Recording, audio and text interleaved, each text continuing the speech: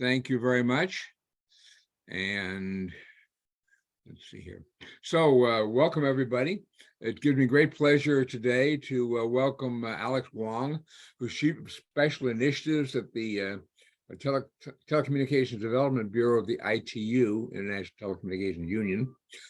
He's been there since 2019, came when Doreen came, and of course, as you know, she's just been elected as the new Director General, which is fabulous.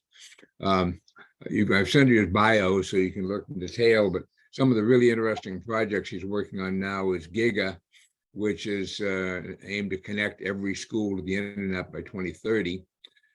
And there's Connect to Recover, which deals with a lot of things we're doing, like Puerto Rico and that, robust and resilient ICT infrastructure support recovery. And then real focus of today will be partnership to connect P2C to a global sort of mobilizing coalition to achieve digital transformation. Of course, that aligns exactly with PCI.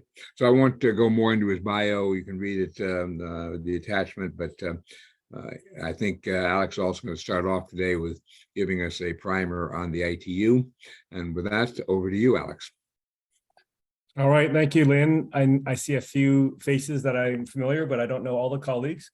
So again, thank you for having me join you on a Sunday. I'm calling from Geneva, Switzerland, which is where the ITU is based. Just before we were getting going, I'm going to focus today's call on Partner Connect, and I think that's a big game-changing initiative that the ITU launched a year ago.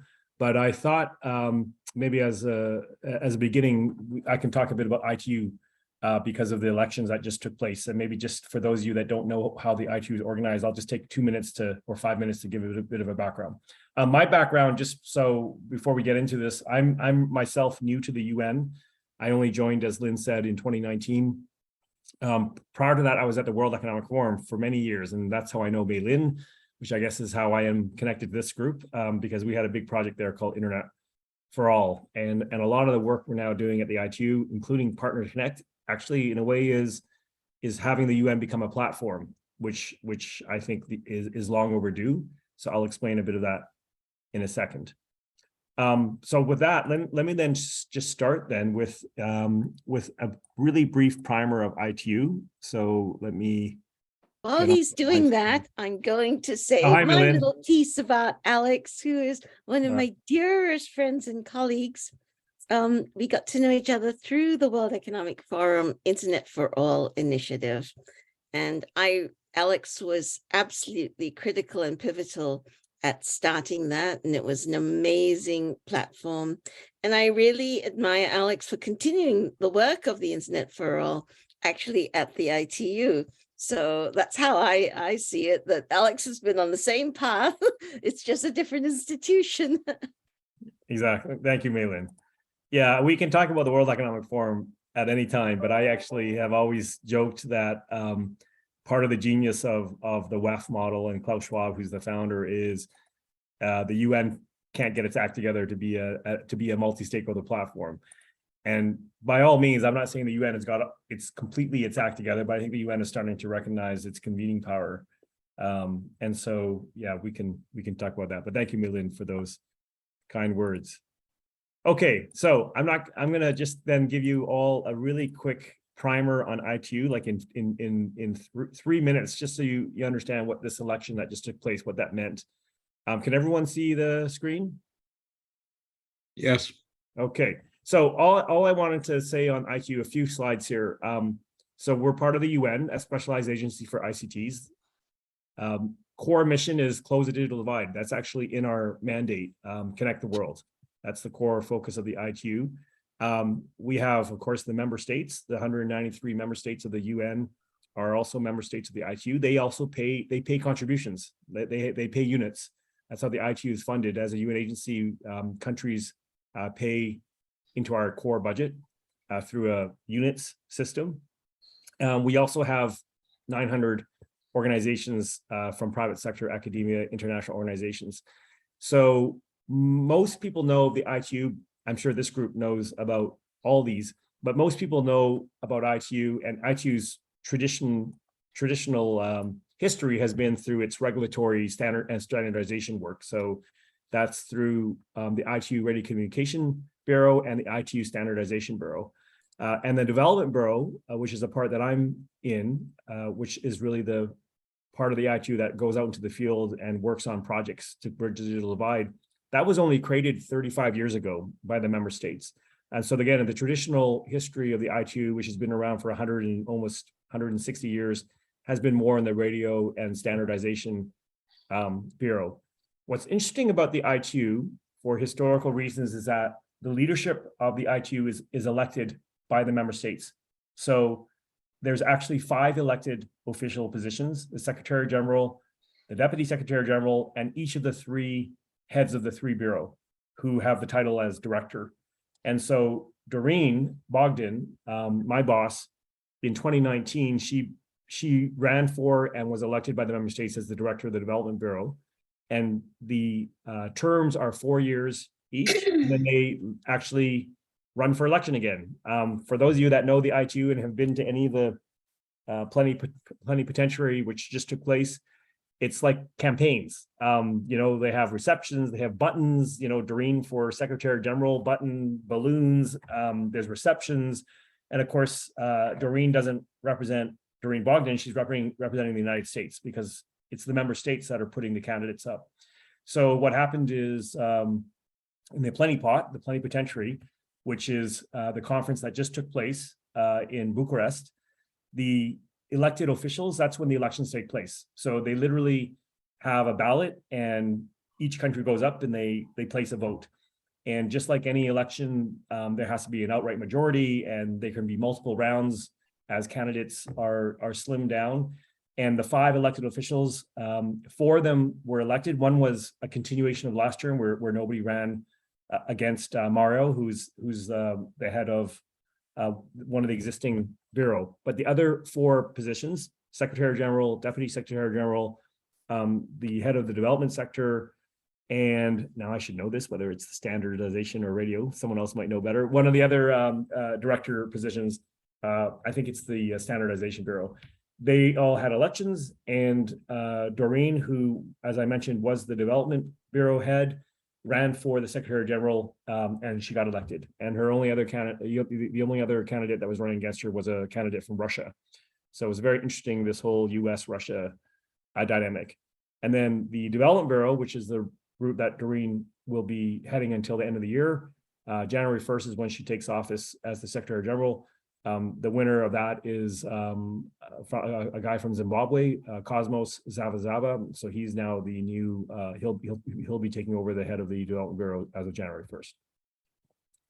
So I'll stop, and then yeah, I think I'll stop there. Then of course, Geneva is the headquarters for the ITU. So I just thought maybe that quick recap for those of you that don't know ITU. I'm sure some of you are very familiar with ITU, but that was the big event, of course, was the elections that just took place in Bucharest a few weeks ago.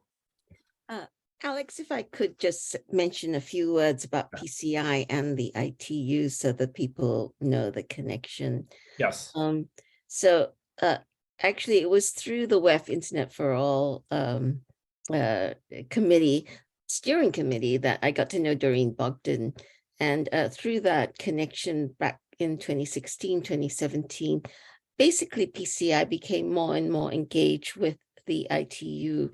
And the IEEE had me as a high-level facilitator for the WSIS, World Summit of the Information Society, which is where all the 193 countries come together to talk about all of these issues. And since then, with the ITU, PCI is one of the not-for-profits that works with the ITU on gender mainstreaming. And so we're very, very active with the ITU. PCI is. Back to you, Alex. All right. Any questions about the ITU in general or the elections? Maybe just a pause. Again, I know there's some probably more informed people on this call than I am in terms of that, but I'll just pause if there's any questions or comments. Okay. Well, I'll continue then. Okay, so I think Lynn asked me. I'm sorry, Alex, one thing. When is the next work? When's the next work? The terms, you mean, the elected officials? No, when is the next World Radio Communications? Day? Okay, sorry. So just to explain, in fact, that's why there are so many. So let me just put that slide back up again. So for those of you that sort of caught this, let me just put it back up.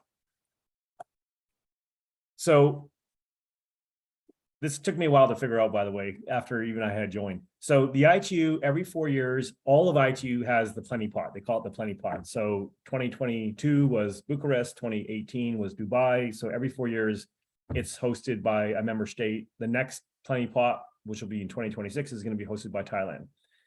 And during the plenty pot, in addition to elections, all the different strategies and budgets and mandates of the ITU overall are set through resolutions, through all these committees, etc. On top of that, each of the three bureau, radio, standards, and development, each have their own every 4 year world conference. So WRC, Lynn, is what you're referring to, World Radio Conference, the World Telecom Standardization Assembly, WTSA, and then World Telecom Development Conference, WTDC. So WTDC, which is development, also just took place this summer. It was supposed to be actually last year, but because of COVID, it got postponed until this year. So during the WTDC, no elections are taking place, but the individual bureau are receiving also resolutions and mandates and strategies and budgets on what they're supposed to be doing. The World Radio Conference, I'm going to stand corrected if anyone on this call knows more than I do when the next one is. I believe it's happening in the next year, but I'm not sure, Lynn. I have to Google it. And the WTSA, I think, also took place a year or two ago. They're supposed to be spaced out.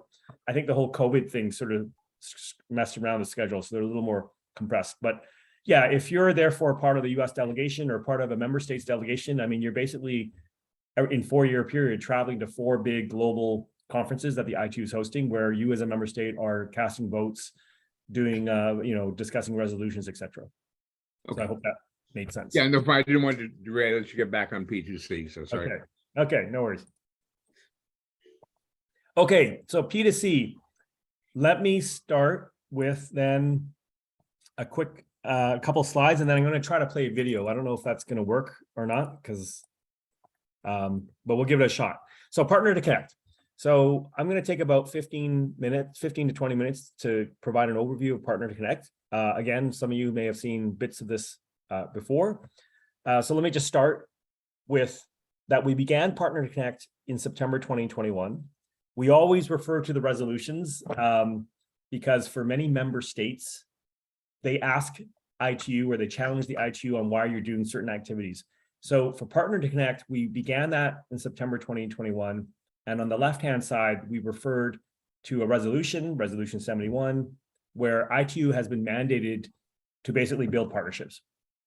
And the right-hand side of the page now reflects what was an outcome in June at the WTDC, where now Partner to Connect has been turned into a resolution and endorsed by the member states. And so now ITU has a mandate to do Partner to Connect, which for the UN world, that's super exciting. So what is Partner to Connect?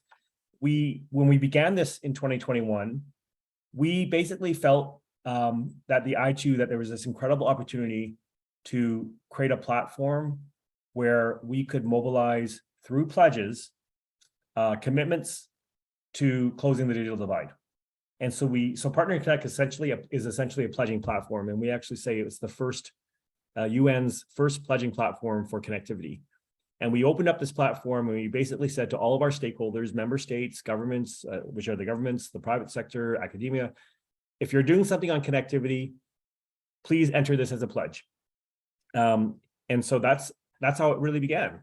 Let me now try to play the video, which kind of gives you a bit of an update on where we are now. So bear with me here to see if I can get this to work. So hold on a second. All right. I don't, if the audio doesn't work, I'll just stop. But anyhow, let's give it a shot to see if it works.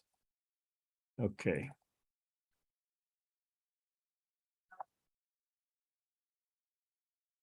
Despite 30 years.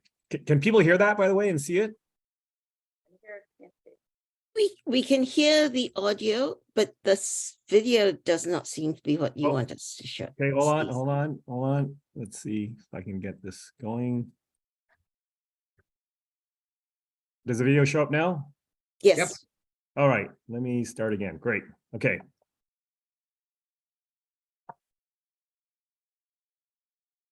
Despite 30 years of steady growth, today billions of people remain offline and hundreds of millions more still lack the connectivity required to tap onto the transformative power of the internet.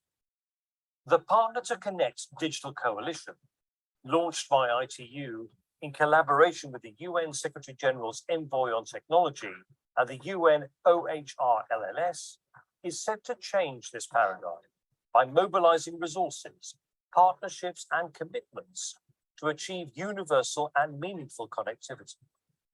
To date, hundreds of pledges worth billions of dollars have been submitted through the P2C platform by entities from all around the world. But the coalition's work doesn't stop here. In fact, it is just getting started. Empowered by the 2 new resolutions on P2C and digital transformation adopted in Kigali at the 2022 World Telecommunication Development Conference, Partner to Connect will scale pledges, track progress on implementation, and mobilize more resources and partnerships. P2C will also be working with partner countries to facilitate implementation of the P2C Action Framework and the P2C pledges to accelerate digital transformation at the national level. Find out more. Join Partner to Connect. Make a pledge for any of the focus areas of the coalition and help us come closer to our goal of a meaningfully connected planet. Visit www.itu.int/partner to connect. Okay. So that video was made in September. So it's only a month old. And we're already actually, since September, we're now at around 520 pledges, valued over $28.5 billion. So that's kind of gone up there for a bit since the video was made, where I think we were still under 500. Okay, so everyone can see my screen, I hope, the slides. So I mentioned what the objective is. Again, we launched this closely within the UN system with the Office of the Secretary General's Ongoing Technology, and also with some of the other key UN agencies. And in fact, we had many UN agencies serve in leadership roles. And so we organized through a multi-stakeholder platform that began in September 2021. We had group conference calls. We basically put together this framework, which is what you now see as the 4 focus areas: access, adoption, value creation, accelerate. Each of the focus areas, we had leaders. Typically, it was a CEO from a business, a head of a UN agency, a minister, a youth leader, and a head of an NGO or a foundation. So for access, Nick Reed from Vodafone, Pamela Cook-Anderson from ITC, Minister Ursula from Ghana, Mbato from as a youth leader, and the interim head of Worldwide Web Foundation, for example. So we organized it this way because we wanted the Partner to Connect coalition to be really led by the stakeholders, not by the ITU. We wanted to facilitate this. And over the course of between September 2021 until around March 2022, we created what became what we call the action framework. So we had these 4 focus areas, and really what that action framework was to provide a framework so people could make a pledge. So you right now could go onto the ITU Partner to Connect website, you could enter a pledge, because I'm sure all of you are doing something tied to connectivity. We further said that there's 4 kinds of pledges. One could be tied to a program that you have, a programmatic pledge. The second type could be a policy pledge. So if you're a government and you wanted to pledge a commitment to a spectrum policy, you could make that your pledge. It could be an advocacy pledge. So this could be a pledge where you're pledging to promote the challenges tied to connectivity. And then finally, it could be a financial pledge, which could be something that you're committing financially. And this pledging framework, so you can sort of see a bit of the detail, We opened that up in March of 2022, and it culminated with what we called the Partner Connect Roundtable that took place in Kigali in June of 2022 at our WTDC. So you can see the photos here of the different, the audience. But over the course of 2.5 days, again, we call it the first UN Pledging Conference for Connectivity. We basically had essentially 10 panels of 15, on average 15 people each. Nelly, by the way, Maylin also was on making a pledge on behalf of a government of Estonia, as an example. And what was really important was we weren't asking organizations to do something new. We said to a lot of organizations, you're already committing to doing something. It could be as a business, you could be committing already to doing some kind of a capital expenditure. So like, for example, Orange, their pledge valued at 5.6 billion euro was around building out infrastructure in the Middle East Africa region. By no means was this something they had to cook out of the air. I'm sure I'm sure it's part of their business plan. We said pledge it and announce that you're doing this. And by the way, you're going to be held accountable to it. So the fine print of Partner Connect is that when you enter a pledge, you're going to ask to self-monitor and self-track on where you are, so we can also then report back on progress. So here are some of the examples of pledges. Orange, I mentioned, Inmarsat made a pledge tied to satellite airtime during disasters. Convergence Partners, which is a technology investor based in South Africa, they made a pledge tied to a new fund that they were going to be launching or have just launched. Kenya made a pledge tied to infrastructure, connectivity services, and capacity building. Microsoft, Cisco, Roden Schwartz, Verizon, BBVA, they all made pledges tied to skills training and building up entrepreneurs in the case of BBVA. And another example of Uganda making a pledge tied to skilling. So I think what became, I guess I won't say, I guess we were also, I personally also thought it was great that we were able to get so many pledges because we didn't know how the market would respond. But I think what it really shows is, people are welcoming this chance to announce what they're doing. And of course, for the ITU, we also want to give visibility and write stories about what people are doing and report back. What was really good was that member states really jumped all over this. And in fact, I'd say about half of the pledges that have been made are coming from member states, where they're making a pledge tied to a policy, typically that they're planning to do, or what they want to do as part of their strategic plan. Again, a lot of this is nothing new.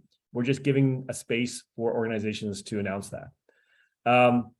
And as mentioned during the video, and also I mentioned earlier, so with the mandate for Partner to Connect now endorsed through a new resolution in June, and also tying to a mandate that the ITU received related to helping countries advance digital transformation, which is this bottom half, we now have a very clear path of what we want to do going forward. We want to continue, therefore, to mobilize more pledges. We're not stopping. So we're now over 500 pledges, as I mentioned earlier. Membership has asked the ITU to have regular reporting on where is the implementation of the pledges. So we're going to have our first, what we're calling the annual reporting meeting that will take place in Geneva on December 8th. You're all invited. There'll be a physical and hybrid session. Maylin, you mentioned the work PCI is doing on the gender. In fact, we're going to tie this event with our Equals Awards, the Equals Tech Awards. We're going to hold them at the same date so we get some additional synergy. And then the last part here is we're going to go ahead and take the Partner Connect model down to a handful of countries, what we're calling partner countries. The Cambodia is the first partner country.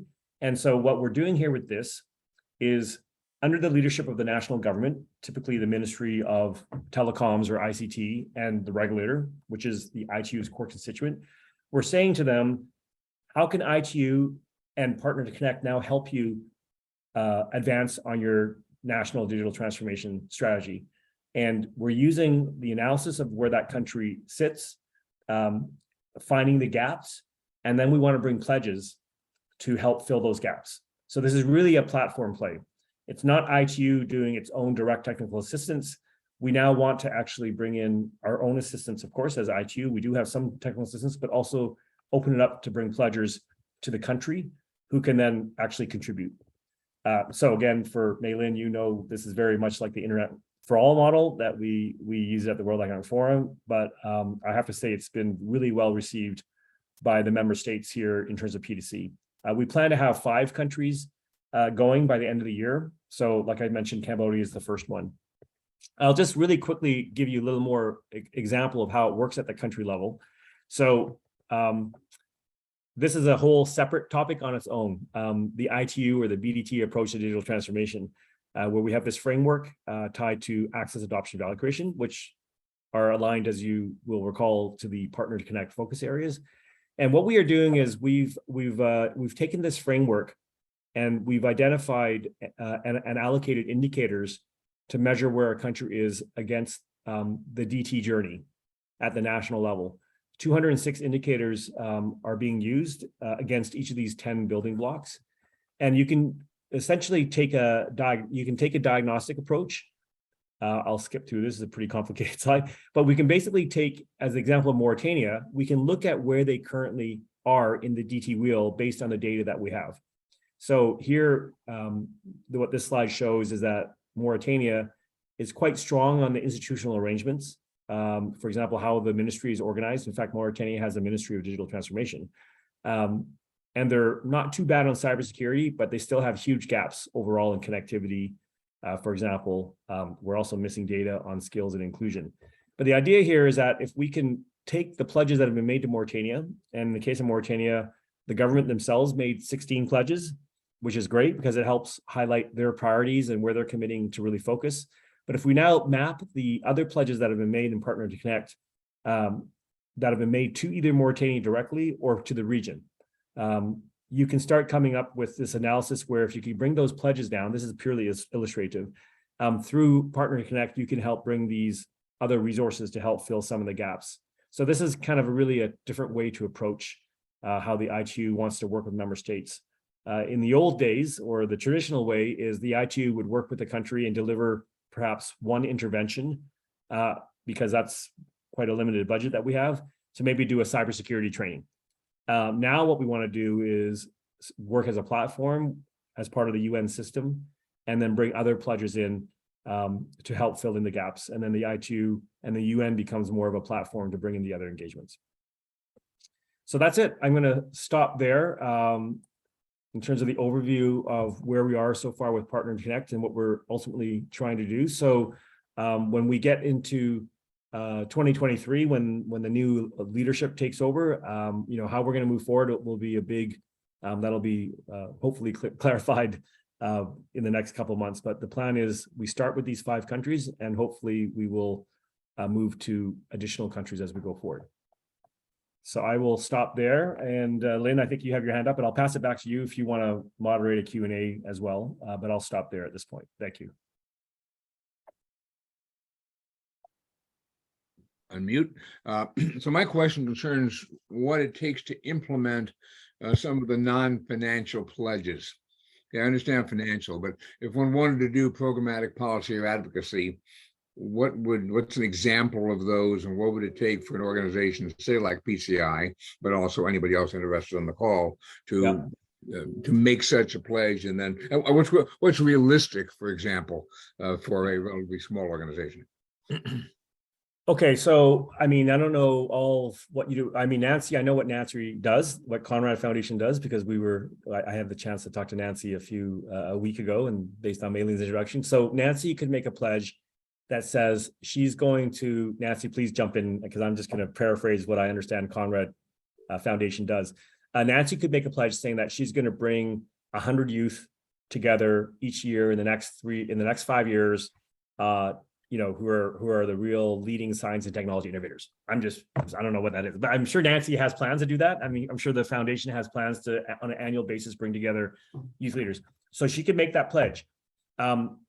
And what that would be for me is a programmatic pledge, because that's part of the Conrad Foundation program. She then is going to be held accountable through a self-reporting mechanism to see if she's actually delivered that. But I think where the synergy happens is Microsoft, who's made a commitment to train 10 million people. Now they're all in the same database. Nancy could call up Microsoft and say, hey, you got this big training program. How can we maybe combine efforts? Because maybe what you're doing with your skills can serve as a feeder to my program. Or somebody could call up Nancy and say, I see this program you have, our pledge is also about identifying, science and technology entrepreneurs. So what we're hoping to do is that PDC then serves as a platform where different organizations can connect and add to synergy. Now, if Nancy furthermore wanted to actually hold this annual conference, and she's planning to do one this year in Africa and next year somewhere in Asia Pacific. Now, when you're in Cambodia and you're kind of looking at all the pledges, you might say, oh, what's this Conrad Foundation? They want to do something in Asia Pacific. Well, you know what? We're going to have a big science and technology conference in 2023. Why don't we see if Conrad wants to come to our country? And now all of a sudden, Nancy's got a direct in with the government because the ITU is facilitating that. And what might have been maybe more difficult to make happen or less efficient, we're trying to create that efficiency. So this is not unlike a platform, right? I mean, all of you know what platform strategy is, but that's to me what the benefit of any of you or Nancy to enter a pledge, because you're telling people what Conrad Foundation is doing and what you're committing to do, and that may result in some synergies and may result in some new opportunities. As a minimum, you're just joining the coalition and you're now reporting back on your progress, which in itself, hopefully is also, it's also good for the world. So I hope. Could you remind us again of the 5 countries, Cambodia, Mauritania? We're still finalizing, but we've Mauritania and Madagascar are the other 2. And then we have 2 more that we're still finalizing, that we'll finalize over the next couple months. So as you can see, they're sort of all regionally spread out. And they are the more challenging countries, okay? So they're not countries where a lot of people would normally go. And that's intentional because our first wave of countries is to pick countries that have, that really need the help and where the impact can be a lot higher.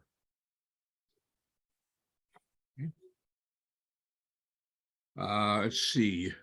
I don't have too many more questions, but Paul Werbos has talked about the importance of cybersecurity and how glad he is that you've raised it. Paul, do you want to talk a little bit more about cybersecurity?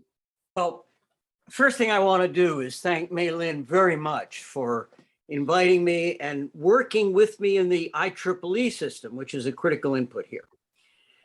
I am very excited to hear you, Alex, very excited. Because the more I look at these existential issues, the more I see a communication gap, a really big one, between the folks who really understand the technologies and the people who really understand the big policy issues.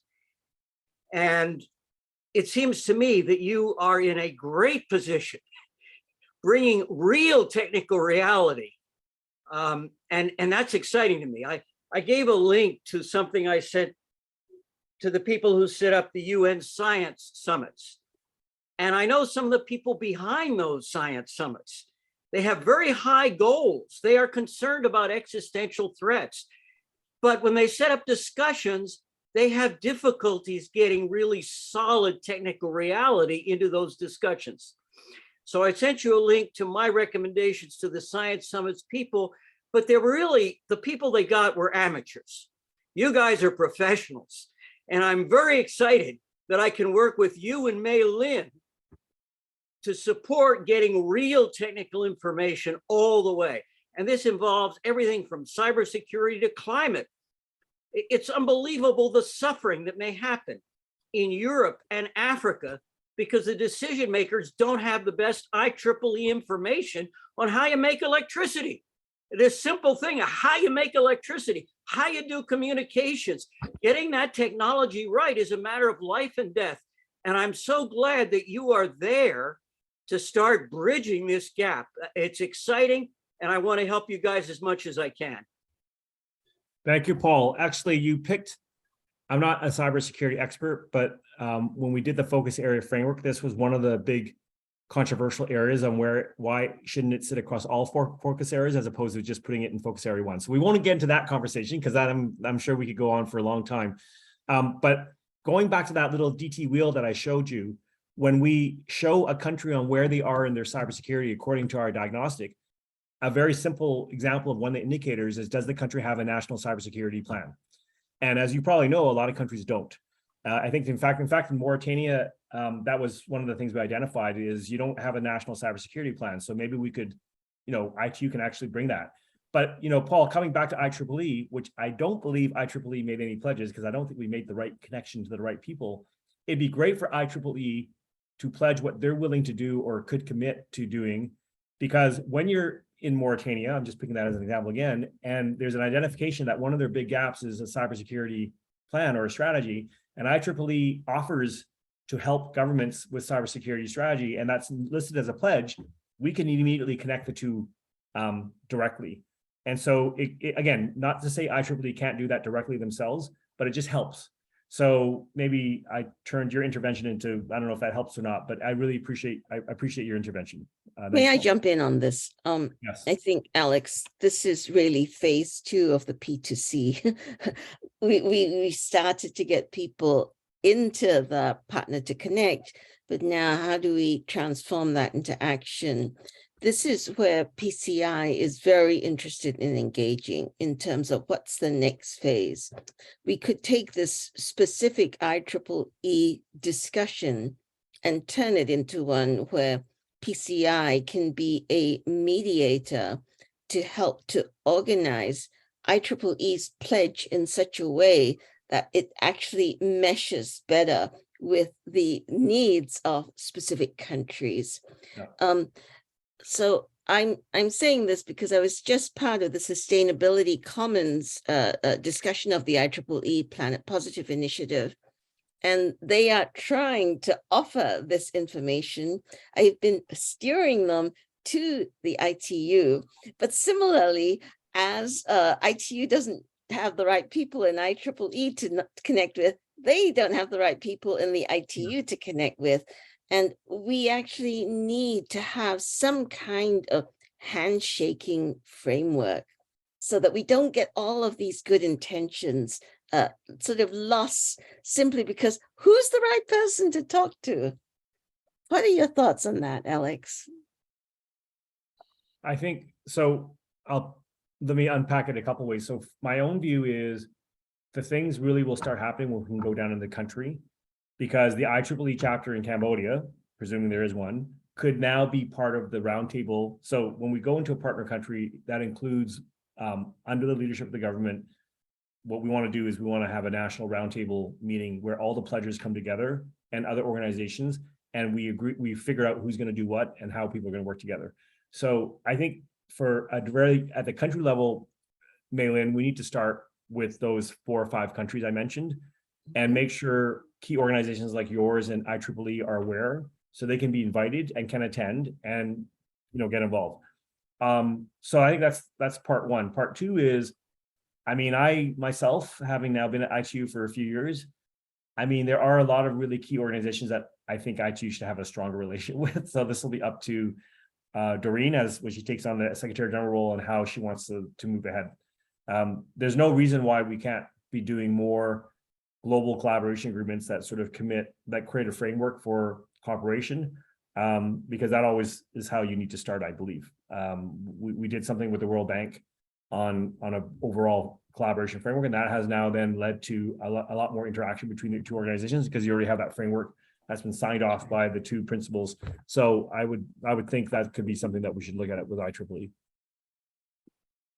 Will do. I'll follow up. Yeah, absolutely. I'll follow up. Karen McCabe, I think we should talk to excellent. her about that. If I could come back to Alex to the different types of pledges, programmatic and financial, but what would a policy and an advocacy pledge look like? Yeah. So let me just put up the, actually I have it in the annex. So let me just flip to that slide. So we have it. Okay. So the programmatic is probably the most basic for most organizations because you have a program and now you're announcing what that program is and what you're planning to do. The policies are probably more traditionally reserved for the government because they're the ones that oversee the policy. And we do have examples of, I think another example of Ghana in their pledge, one of the pledges they made tied to spectrum was to release unused spectrum for rural connectivity to promote more rural connectivity, for example. Financial, of course, is an actual financial commitment. In fact, a few of the pledges, not many, but a small handful included a financial pledge that went to the ITU to help fund a particular program. But the other example, I guess you could say, is a financial pledge is the CapEx pledge that I showed you with Orange.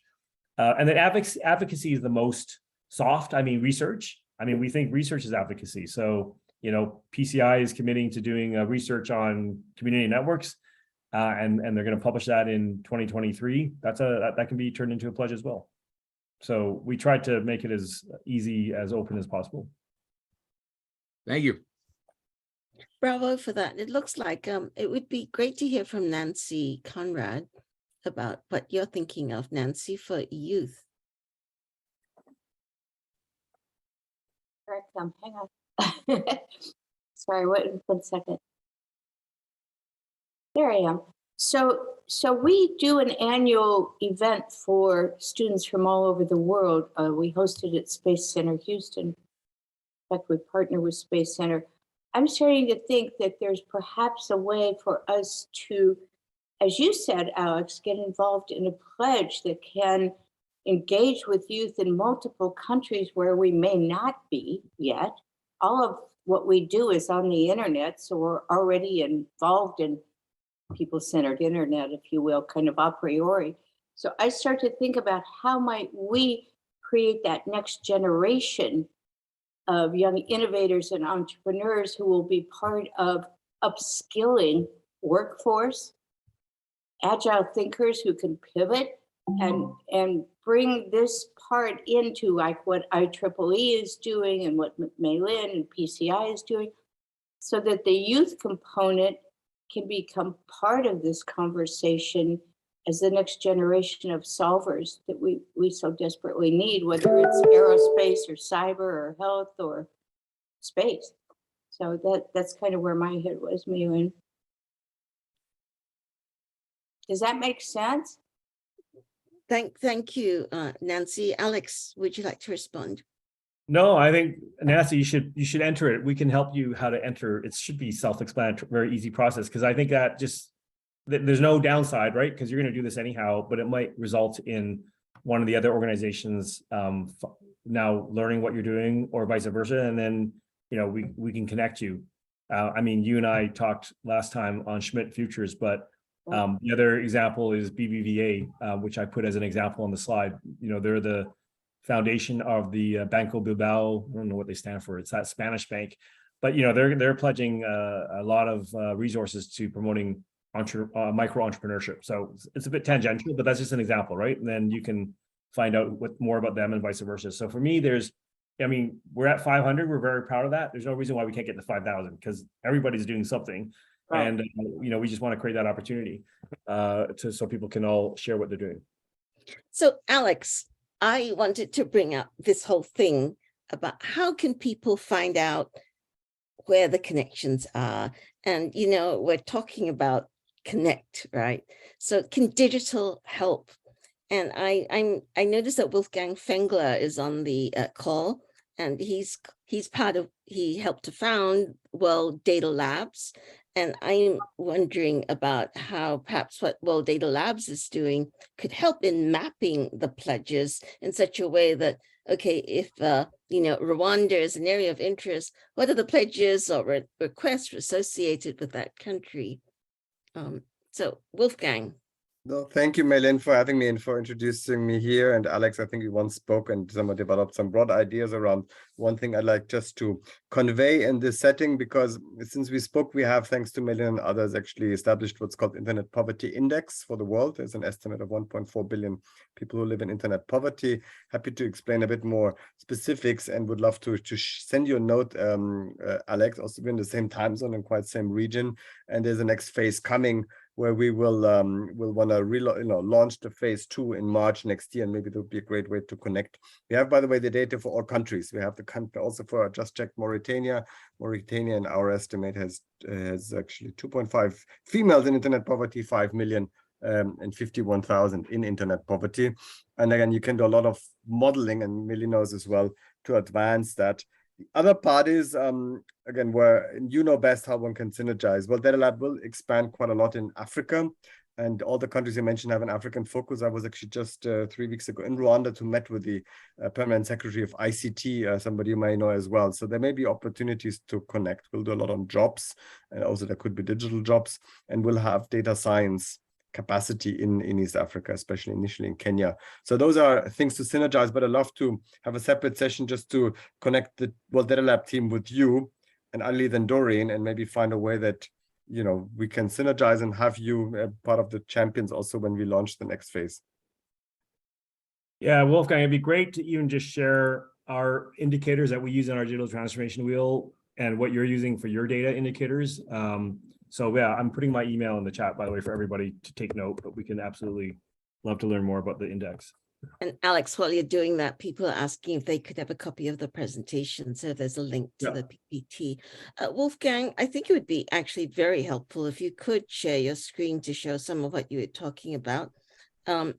Simply because I think it's extremely valuable to have these visual depictions. The whole issue of measurement and visualization needs to come into the picture. Otherwise, we just keep talking and talking, and then we can't see the progress or feel the sense of accomplishment that is actually occurring. So, Wolfgang, are you able to do that? Sure. Well, I'll do this, you know, I hope makes it interesting, but then still brief, because we want to hear more from Eric and others. So here's the core, again, there's a core concept that we developed again, and again, we don't go too deep. It's, and maybe I hope this is helpful, Eric, because it comes more from the side of poverty measurement. And I'll show you the interactive platform in a minute. Poverty has been measured traditionally. That was the big contribution of the World Bank. And you mentioned it before. And I've been actually a long time with the World Bank, as is Homi Koras, my co-founder, who developed the SDGs, among others. And poverty has been measured by, you need to have clothes, food, and shelter. That was the 1990 definition, $1 a day. And the trick is then to make it comparable across the world and across time, and just been updated. It's now what used to be $1 a day is now $2.15 a day in purchasing power parity, 2017. What we did is we extended that concept and says, yeah, it's not just food, shelter, and clothes. You also need internet, a minimum basket. But the food, shelter, and clothes concept is also minimum. It's not that you live in a mansion. You live just in a shack, right? And that's the and so for internet, we used some of your work and the World Bank and other work to say there should be, people shouldn't spend more than 10% of their resources on the internet. They should have you know, a minimum quantity. I think we had in the end we had 1 gigabyte only per month.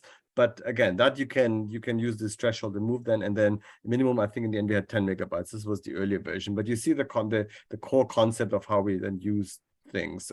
What is interesting, and this is one of the key slides here, and again, I'll show you the platform in a minute, is sure, richer countries have more expensive internet. So the right is richer countries, the top is more internet poverty. So the richer countries have less internet poverty, but you have but you have within certain groups, right? You have on the left bottom, you have high poverty, cheap internet. But you can also have high poverty, expensive internet. So Malawi, Venezuela as being the outliers, but India being among the countries that is actually extremely cheap internet. And so in our messaging was, it's not just, you obviously want to grow rich. That's a big challenge everybody is trying to work on, but also to have cheaper internet.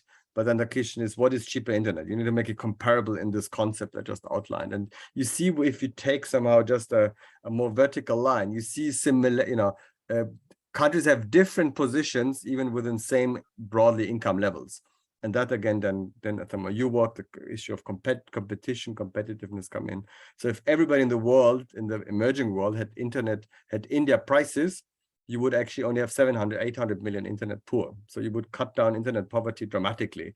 And that, again, are some of the things you can do. I'll show you 2 more things. One is, again, the inspiration is the World Poverty Clock. And the next version of what we'll do with internet poverty will look similar. So you can check in real time how many people are poor. And then you can check how many are internet poor, how many will be poor or internet poor in the year 2030. And how does this add up for every country? So you can take every country, and here we're always quite proud of Kenya, a country and as I said, we'll invest in. You have 9.226 million poor people now. You can go to every county in Kenya One second, I hope we are there. We can go to every, yeah, here we are, every county. And then actually Nairobi has very few, and Nigeria has very few in poverty. You can go to the coast. Kilifi has 281,000 people in poverty. You have the split across gender, and you can do the projection till 2030. So it's just more to give you inspiration of all the things you could do. This is poverty. We'll do the same for internet poverty. For now, we have a more simple dashboard that just basically has the total number. It is the 1.4 billion that I mentioned. You have a number for female, for male, and then you can go down the countries, and I had here Mauritania, and again you see how many people are internet poor, and you can check how much this is per country. Mauritania is actually not as problematic as I'd anticipated. So again, something we can look deeper. Madagascar, maybe we'll do a final check. You can, and that's a publicly available. Madagascar is on the other extreme, 96% internet poverty. So yeah, those are things just to play with. And the definition I just mentioned is based on this matrix. But I'll send that all to you, Alex. I hope this was enough ideas of things one could work together, and even if if it's just, I would say, quote unquote, having you part of this march, ideally at World Mobile Congress or a different setting where you would be present, would be wonderful. Excellent. Thank you, Wolfgang. I think I was just mentioning, sorry, Wolfgang. go ahead. Alex, we can't hear you. You went mute. Sorry, I was saying to Wolfgang, our Giga project, of course, is we're making a big deal about mapping every school. I'll put the link in the chat. And I'm just wondering how we can cross-reference the school dotting with the Internet Poverty Index. I don't know. There are lots of things we can do once you have the data and the mapping. Sorry, just wanted to. I'll throw that. Absolutely. I'll put in the link just so you can have a look at that yourself. And I think World Data Labs is working with private industry, and the World Data Labs data is really important to cross-fertilize with the ITU's data so that private industry understands what they can do as well. There's gold in them there hills, right? And so what these maps do is allow people to see, well, where can I go dig for gold? Where can I actually look for opportunity? And the ability to show these opportunities for all of the corporations in the world to participate is, for me, just as big as getting those pledges, because in the end, we want people to interact and grow prosperity and steward our planet. So Sarah, are you still on? So she sent a note saying she's dropping off. I was hoping to have gotten her input. Doug, do you have any points? You made a number of points in chat, but do you have any points you want to raise to the group here? Yeah, Alex, I just want to thank you so much for this presentation material. I was with Motorola and Nokia for 33 years and involved in 3GPP and standards for a little bit of time, and through my career. Right now I'm working with universities on immersive technology, both distance learning as well as telemedicine projects. Right now I'm working with a number of universities. Anyway, and Wolfgang, thank you for the data you're showing. I found that extremely valuable, because I'm a big believer you need to have the information and then track it, and then how can we change the world? I'm a big believer. We reached this year 5 billion people on the planet that had connections to the internet. Unfortunately, a lot of those connections are 2G connections, very low data rate, 1990s technology. So there's kind of first of all, the question is, do you have a connection? And then how is that connection? The quality of that connection is also very important as well. You mentioned 253 entities, and I'll take a look at that. And, I look at this as developed and developing countries, right? Because like here in the United States, like IIJA, they gave $65 billion to, have internet to schools and libraries and so forth. And so, you have funding in the West and in developed countries. And then you have countries, in developing countries that are having a different, have to treat them almost very differently. I'm a big believer in sustainability. And you can lower your carbon footprint if you use connectivity and the internet properly. So rather than travel everywhere, you do more things in a hybrid model virtually. Is the other thing I see. So all that to be said, I'm going to be looking through all your data. I'm going to be highlighting to the groups I'm involved with. I guess one question I would have is, of these 253 entities, how many do you think are out there that say, hey, if they only knew about this, that they could have even more pledges, right? So that would be one question. And then second, okay, let's say you have 1,000 pledges. Is there like best practice pledges that say, okay, here's all these pledges, but if you're interested in connecting high schools to K through 12 schools, here's in the developed country, here's a best practice. Here's a developing country a best practice. And then so kind of going into there's lots of pledges, lots of activity, which is all great, but here, if you want to get a model for a best practice, here are some things to consider.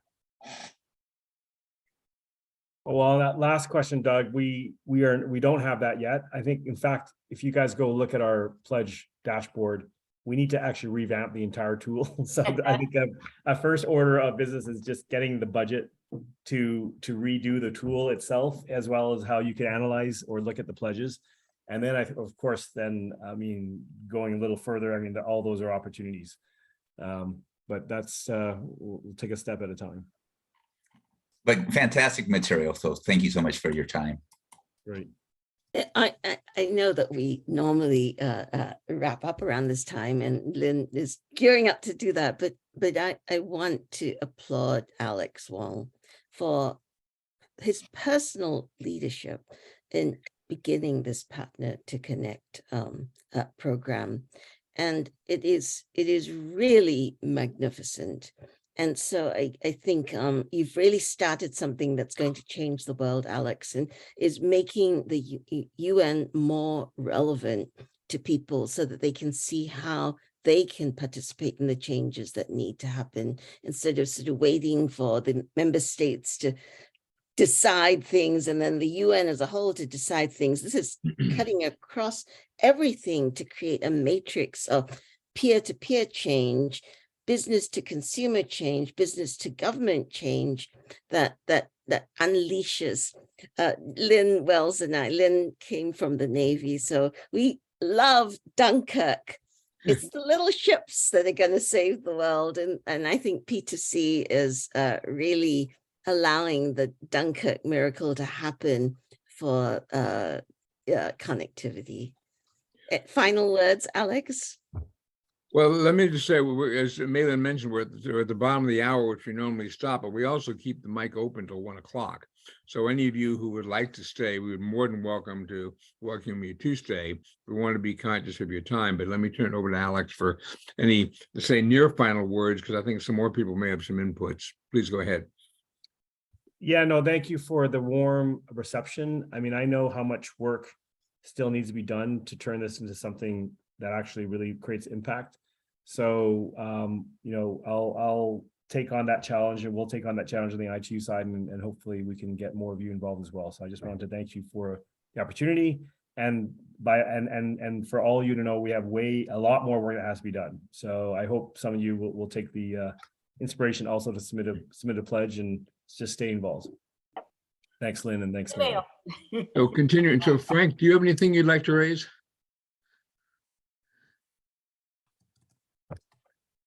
Well, thank you, Lynn. Frank Godaz, can you hear me? Yep. I've taught rural and native teachers online for 35 years consecutively, starting with going to DC when nobody knew what online really was or could be. I created a guide, self-directed learners cross-cultural guide for USAID 20 years ago. Well, nobody was online then, but I had the Big Sky Telegraph, an early beta site, and was basically pushing the envelope with very, very limited technologies. But we were doing things with BBSs that the internet was not yet capable of doing from the mid-'80s on. I'm most interested, Alex and others, in the unlimited scalability of properly designed distance learning for teaching self-directed learning. And, that's a way of engaging potential learners to quickly learn how to create their own online learning experiences for peers, whether they be elementary students or seniors. And that when we talk about inclusion, that's one way of bringing the bottom tier of folks that are just learning this stuff into the fore with new types of measurable metrics.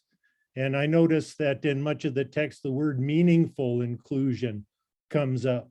And having worked with NTIA and APEC and ITU, actually, I know a little bit about the international context. In about 2003, Microsoft sent me to ITU's first Indigenous Connectivity Conference in Mexico City. And long story short, they said, we're going to create a portal by Indigenous for Indigenous. And they ended up just partnering with the Red Lake Band in Canada, which already had a website. And a Canadian Métis leader and I went to Guatemala, Antigua, Guatemala, and had a conference with youth leaders from a dozen Latin American countries. And to my chagrin, ITU did not follow up and did not fund. So that's just a snippet of my 3 decades as Lone Eagle Consulting, focusing on rural and indigenous. But I'm fascinated with what you're doing. I see PCI has a lot of people publishing books, just about everybody. But there's a real issue on what are the real best practices for engaging people's interest and sustaining their self-directed learning and so on. So I've talked too long, but I find all of your work fascinating, but frankly, it seems a little top heavy on data, PowerPoints, and infrastructure. And I noticed the 2 areas Eric showed that were blanks were skills and inclusion in your graphic. So that's been my emphasis and my strategy, and I'll end here briefly, has been to get boots on the ground, to go out and work with people face to face and see what they can teach me about their readiness to learn and how to sustain their motivation and so forth. So I've talked with Mei Lin very briefly via email, shared way too many links. I've been prolific over the last 30 years and won't get into that, but consider me a resource. And Alex, I'll send you a link with or an email with some links. And yes, the challenge is huge. What's the most scalable innovation we could get out there for all initial learners to give them the big picture vision? Over. Thank you.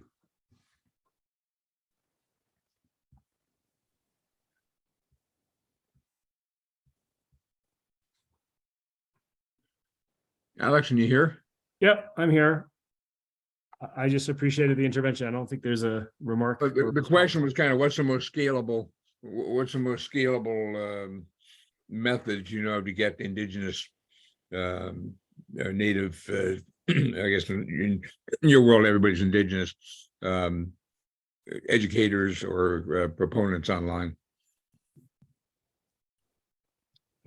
I don't have a specific I mean, I have an opinion on just getting more communities online like everyone else would. And do you see, for example, that Starlink would be a useful or game-changing or too expensive or whatever contributor towards reaching heretofore unreachable regions? Well, I mean, there's a lot of interest by, I mean, the countries I've mentioned are all very interested in satellite because there's still areas that aren't connected, and I think they view that as an opportunity. But I think I don't have the details on that, but I would think that the costs are still prohibitive. So I think there's more work is needed there. Okay. What were the 5 countries again, if I may? So officially, we've moved ahead with Cambodia, which has been announced. In fact, the deputy minister talked about that at the planning pot. And then Madagascar and Mauritania are the others that we've we're in the process of finalizing. I mean, we've already had meetings, and then the two others are still being finalized. Too early to say because we need to have that. My experience with indigenous people is they are very, very different from one place to another. There's some universal things, you know, Mother Earth and Father Sky, but other than that, these indigenous cultures are very diverse, very interesting, and tricky to generalize. Yeah. Got it. Let me ask another one that you have to do with universities. I've in terms of getting involved in the research piece, have you actually aggressively reached out to bring certain universities into the process? Not aggressively. I mean, we've reached out probably to the limit is the universities that are already members of the ITU. They've all been informed of the opportunity to make a pledge, but we have I think if you look at the pledges, there's still a lot more that could be done with universities. Yeah. Actually, Alex, that's an idea about the IEEE. We could actually use the IEEE as a conduit to get the pledges from engineering departments. And Yeah. if we could come up with a standard format, the pledges from engineering departments could do something that the IEEE really wants, which is to get the engineering departments consulted by the governments. So often the government people are not connected to the technical engineers in their own country, don't know who to ask. And so IEEE even maintaining a directory of those people, the professors in their local universities for being tapped by the policymakers would already be a substantial move forward. Yeah, and we need to get to the IEEE societies, because the Washington, D.C. headquarters, it's in Washington, D.C. That produces certain filters. But the societies are really serious and really international. Yeah. So there's the technical societies, as well as the member geographic chapters. Yeah. I mean, I'll just touch on a bit of what I would like to hope will happen in terms of scaling, because 5 countries is just a drop in the bucket. And the ITU, I mean, those countries I just mentioned, ITU does not have any offices in any of those countries. I mean, ITU is a relatively small UN agency. The key for us is how can we really embed digital transformation and the P2C approach into the UN system. So the UN, as some of you know, have now a resident coordinator system. In fact, I was in New York last week, actually, to present P2C and digital transformation to the resident coordinators. Many of them are not digital people, right? They're coming from whatever part, but they're the key in terms of creating something that could be scaled, because every country has a UN country team, and there's a UN resident coordinator whose job is to be coordinating activities to help the country with the development challenges. So there's a lot more work to be done there, but it was a really positive start that we had the meetings last week where the resident coordinators were a lot of them were in attendance, and I can tell you they're super interested. I mean, we had many come up afterwards saying, yes, we want to get this going in our country, and we'd love to be able to connect into the Partner to Connect pledges, and that would include, for example, being introduced to the IEEE local chapter. But I don't want to underestimate the resources we need to sort of at least facilitate these interactions until there's enough action happening where the ITU doesn't need to be getting involved every time. So maybe it'll be a big challenge. So Go ahead. there are a few of us here, Frank, Doug, Paul, Lynn, and I. And I suggest that we form a little working group about what the PCI pledge could be, which Lynn has kindly offered to coordinate on our side. And we can then actually make a substantive a proposal about what PCI could be doing related to many of the topics in this recorded conversation that we've covered and what we could do. So Paul, Frank, Doug, are you up for it? Oh, yeah. Great. Yeah, absolutely. A Thank call you. with Maylin doesn't complete without her getting someone to commit to helping do something. Thank you. And Schneider, please take note of these people so that we can all follow up and have a call. We weave the spider web tightly around us. Yeah. Anyway, okay, I just make one note on the university is George Mason actually has students from 139 countries. And so there certainly should be some interest there somewhere. Yeah. I see Ben has just joined. Yeah, Uh, I'm sorry I'm late. It's a bit difficult for him to engage since he's missed most of it. You've missed a fascinating conversation, Ben. And Alex, thank you for making sure that there's an ITU representative at the DCD call. And we hope that you can actually do the P2C update before the end of the year. Yeah. Sure. I have to leave, so I'm just saying goodbye to everyone. Thank Okay. you.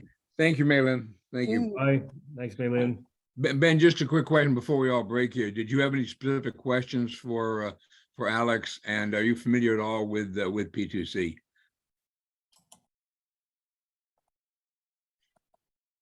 You're muted. I don't think so. Oh, Ben, No, maybe. no, there I am. I'm fine. No, I'm happy. I'm very sorry. I'm late. I was fighting some bees and they were winning. Anyway, are you familiar with P2C at all? A bit. Yeah, and so the question is, do you have any questions for Alex? No, I don't. I apologize for popping in late. Okay, well, let me just go around and ask if anyone has any final questions, queries, comments. Yeah, one comment I would have is just again, great presentation. This tracking mechanism and how to collaborate, because we have a lot of challenges in our planet. I believe that internet communication technology can help solve so many of the problems if used properly and if we collaborate properly. And I appreciate the comment about the universities and international students. So making them aware of this and how they can help their own country, as especially those who are studying in the West. I think there's a bunch of energy that the university students could have if they know about some of this. So my interaction with some of these technical university students, especially international students, I'm planning on highlighting this to them. Got it. And Ben, I just put the link to Alex's presentation in the chat, so you can follow up there. Okay, everyone. Well, thank you so much, Alex. Thank you very, very much. I really look forward to continuing to engage. And I think I look forward to working with Frank, Doug, Paul to pull together what a PCI pledge might look like. Excellent. Okay. All right. Thanks, everybody. Everyone. Okay. Bye. Take care. Bye. Thank you, Schneider. You're welcome. Okay.